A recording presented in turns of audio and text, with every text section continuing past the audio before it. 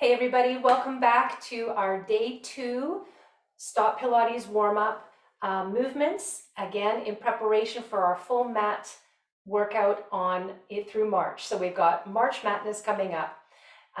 Last warm-up we looked at breathing, imprint and release, some hip release movements and some spinal rotation.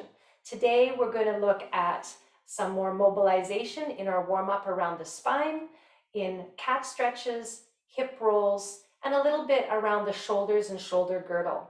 So again, shoulder girdle, rib cage, and hips and spine, all of these things we're working in our regular main portion of the exercises. So giving your students or yourself a chance to warm them up is really important to just start to make those mind-body connections before we ask bigger things from them, all right?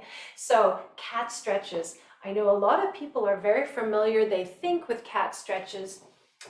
It's an exercise that can be done in many different modalities, whether that's yoga or different kinds of movements. But in Pilates, we really focus on there being a segmental movement through the spine.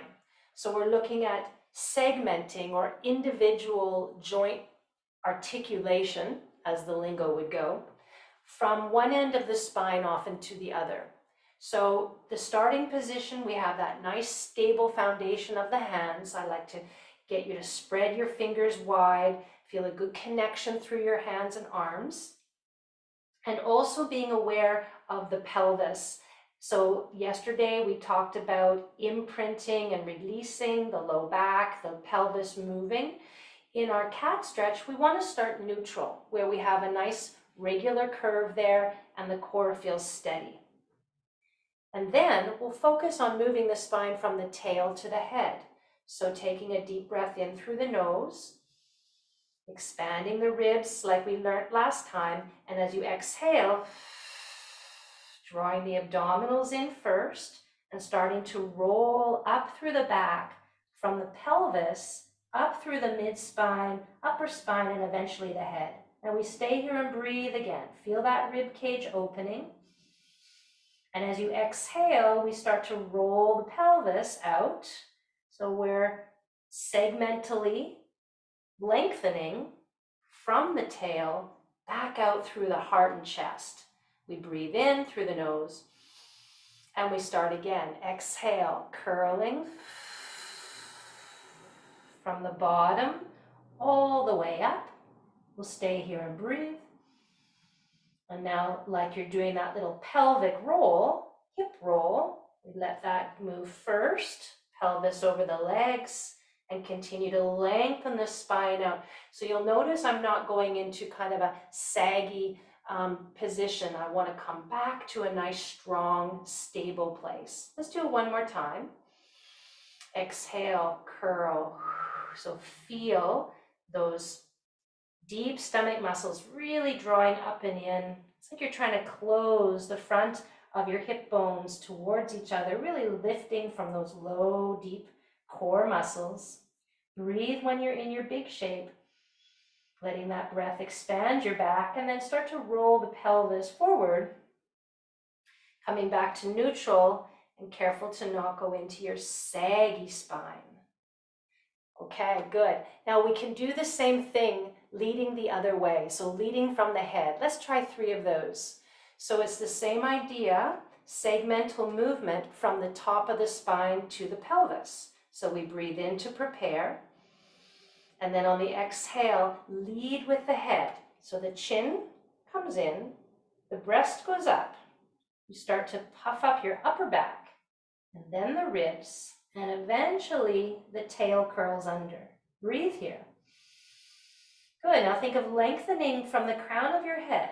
As you do that, you'll notice your chest starts to reach forward, your shoulders stabilize back down away from the ears, and your pelvis comes long.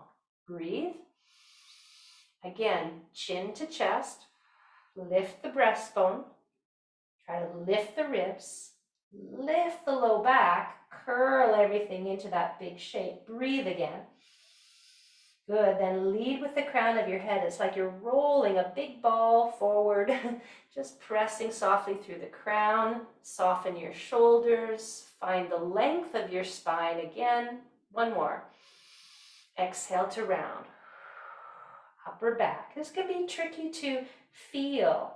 Are you segmentally moving? Well, just take your awareness there. Breathe again. Trying to move from the head to your tail, vertebra by vertebra by vertebra. Awesome. Okay, how did that go? Come on off your hands, give your wrists a little release. I know that can be a lot in the wrists.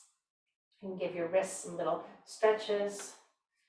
Give your fingers a little tuck and just curl that. Give your wrist a little stretch. Good. Okay, so if we come down onto our back this time, and we'll do something similar, but from the back body, it'll be, again, looking at segmental movement up and down the spine, but starting from the pelvis and keeping the head and shoulders back and down. So you'll want to have the feet hip width apart. You want to have a nice comfortable position for your head and neck.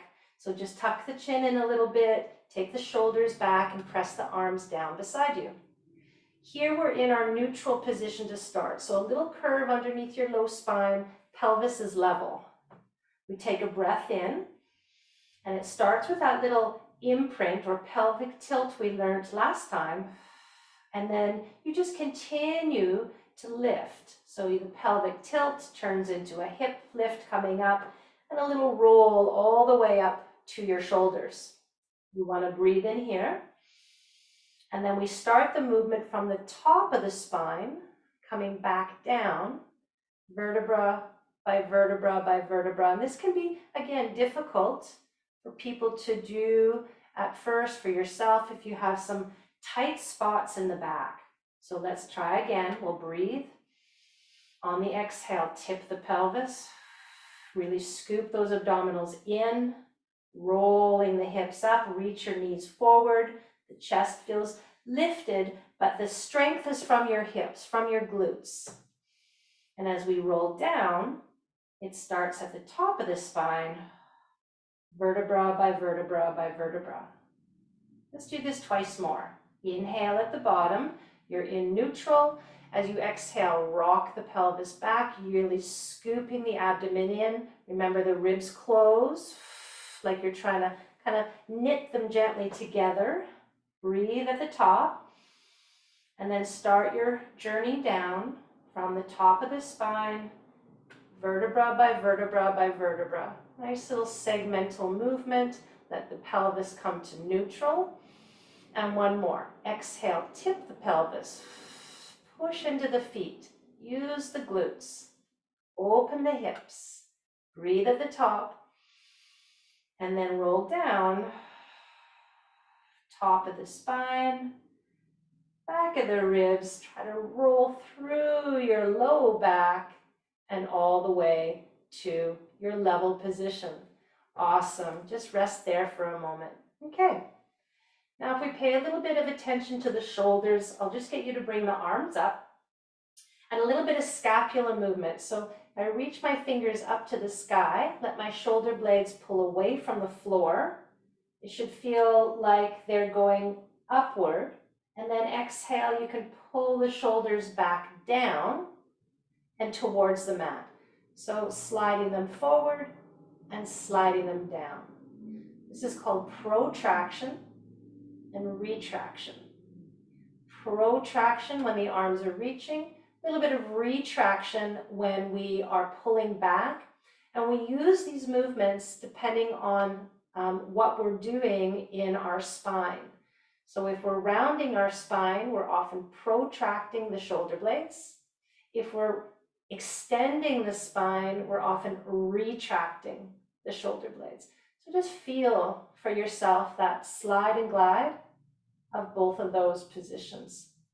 Now let's just move that into some little scissoring motions. So we get a nice bit of stretch here